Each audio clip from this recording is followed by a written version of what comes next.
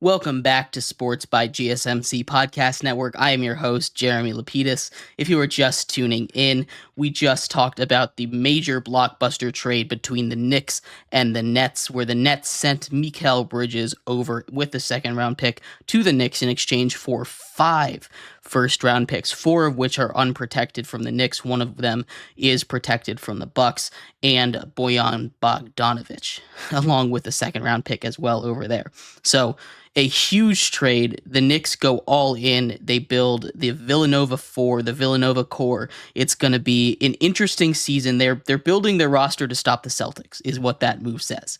And I mean, if there's any team that's built to do it, right now it's the Knicks. The question is if they can stay healthy to get to that point later on in the season. But in this segment here, we're going to move into another trade by the Nets. They made another crazy trade that right after the Mikal Bridges one, kind of signaling they are going full rebuild mode. This time, just a bunch of draft pick swaps, right? They made a trade with the Rockets to get some of their draft picks back, give them some Suns draft picks, as well as some choices for switching draft picks in the future, which is a really interesting thing in the NBA that a lot of other sports don't offer as an option. So we'll talk about the implications of this, what the move kind of signals, not just for the Nets, for the Rockets, and for the rest of the NBA trade market and the free agency as we enter into it full steam. But before we get into that, remember that if you would like to be an even bigger part of the show than you already are, all you need to do is go to GSMCPodcast.net. Leave a tip or donation with a message in it. That message should pop up on the bottom of the screen for you, me, and everybody else around the world to see. If you do have a burning question about sports, anything at all that you would like to ask, go ahead and throw that in the comments. Throw that in the chat. I will get to it as soon as I possibly can. I appreciate all of you guys for sticking around, talking some sports with me here on a beautiful Wednesday afternoon. But like I was saying, we are going to get into the other side of this Nets trade. We just talked about the Mikal Bridges one, which was step 1 in the rebuild process here. But what really kind of threw the nail in the coffin for the Nets trying to compete, at least what signaled it for me, is this second trade here. The Nets swapped some draft picks, and that is saying it about as simply as you possibly can be saying it. Pulling it up here, they made a trade with the Rockets to get their own picks back, right? The Nets were in a position where they couldn't really tank because they didn't have any of their own draft picks. They didn't have any of their own ability. They didn't have any of their draft picks because they made some trades. They traded for James Harden. They traded for Kyrie Irving. They traded for Kevin Durant, right? They made all these trades to build that super team, and it ended up not working out for them. But it's one of those things where you have so many different moving pieces, right? You have on one corner the Nets getting their picks back, right?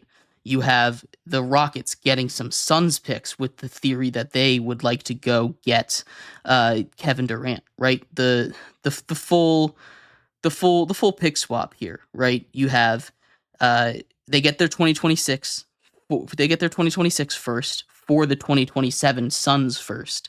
The Rockets also get a right in the 2025 to swap a Rockets or Thunder trade for the 2025 Suns first round pick.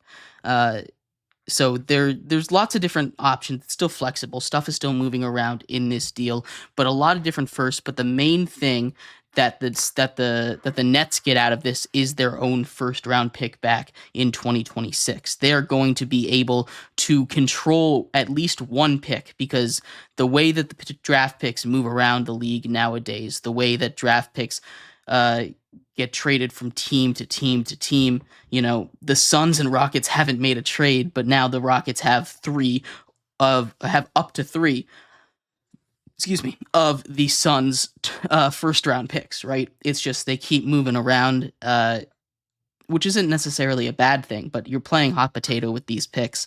And it's nice to have your own picks. That's how you get the control in this situation, right?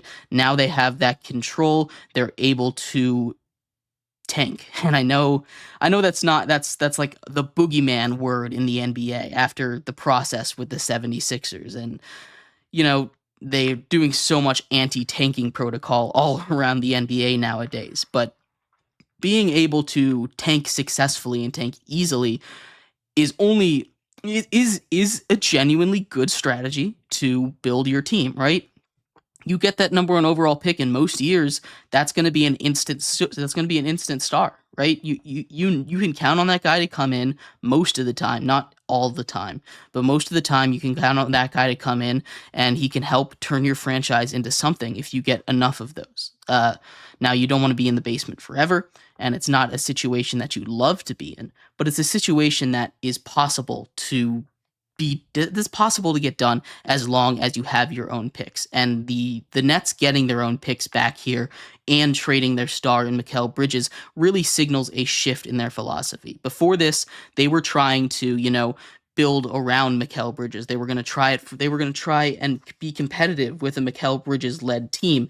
A kind of similar situation to what they tried to do with D'Angelo Russell, where they made the playoffs that one time. Back in 2015, 2016, something right around there.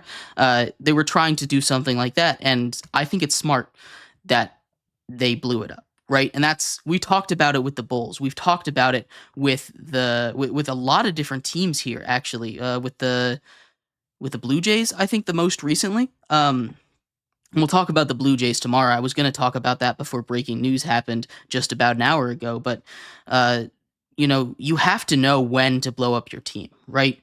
There's a fine line there, right? Because it's easy for us to say, outsiders looking in, hey, we're not going to win a championship, blow it up, right? But you have to remember that unless everybody's on board with that, that's how you lose your job, right? If you have to set the expectations. You have to make sure everybody's on the same page. These are people's livelihoods, right? They come in and they blow it up. It's not an easy decision. It's not easy to rebuild a team. It's not something you can just snap your fingers and all of a sudden, boom, you have two all-pro level talents on your team. Like we talked about the Sixers with the process and how, it's sort of been a success, I guess, but they haven't made it out of the second round. They've become a top team in the East, but they haven't won a championship. And I don't know if you call the process a true success. Right, they really only got one guy out of it. They got Joel Embiid. They had Ben Simmons for a second there, but that never ended up. That ended up obviously poorly. Ben Simmons currently is probably going to be the tank commander for the Nets. Right, he has been unable to stay healthy, and when he's healthy, he's been unable to get back to that all-star form that we saw him in the beginning of his career because he just lost his confidence, it's unfortunate, but I don't know. It's just something that you have to be able to get past there if you are Ben Simmons. But getting back to the Nets here, it's a really admirable thing that they did to admit that, hey, we're not going to win a championship with this team. We need to hit the reset button, and we need to hit it now, and we need to get everything we can out of it. And it's such a tough decision to make. But if you make that decision at the right time, which I think the Nets did a great job of choosing when to pull the trigger on this, if they make that decision at the right time, it can make that rebuild go 10 times faster. You don't want to be stuck in a situation like the Wizards where they refused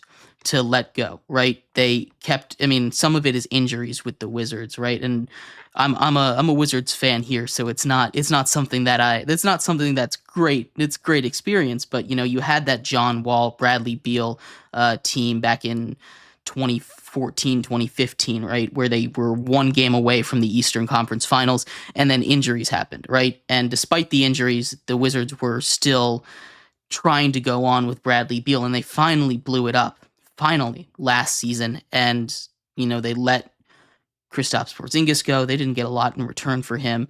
They got Chris Paul, flipped him for a good haul. They traded Bradley Beal for a good haul. They're starting to make that difference where you can see maybe the signs. And obviously, a lot of that is in good drafting, which they have historically not been very good at drafting, but it's all part of it, right? Knowing when to blow it up, it saves you from a long, long rebuild process. And I think the Nets front office did a great job of knowing when to blow it up because it's not an easy decision to make. It's not an easy decision to say, hey, fans, I'm sorry, but we're going to be bad. And you just have to accept that. It's not a decision that always goes over well. In fact, it's a decision that most of the time doesn't go over well, and a lot of the time cost these guys jobs, right? Head coaches, GMs. Winning is their job, right? And if you can't do it, I mean, I'm sure they have a timetable. The owner were like, hey, you blow it up, you have X amount of years. We'll just say 5 years to turn this around, right? They've got a ticking clock now, and stress is the ball is in their court. They made that decision, and now they just need to go back it up. And a lot more teams can learn from this. The Bulls, for instance, should blow it up. They don't really have any pieces to blow it up anymore, but, they should have gotten more for Alex Caruso. They can try and trade Zach LaVine for something.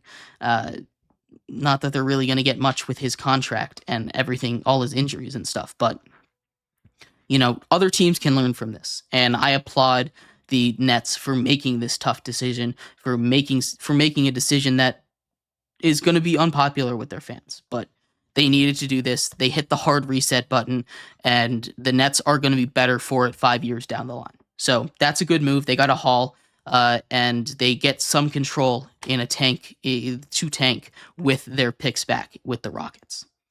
But anyway, let me know what you think of the Nets making these moves. Was it the right time to make these moves? Should they have waited? Should they have given it another shot with Mikal Bridges and not having their draft picks?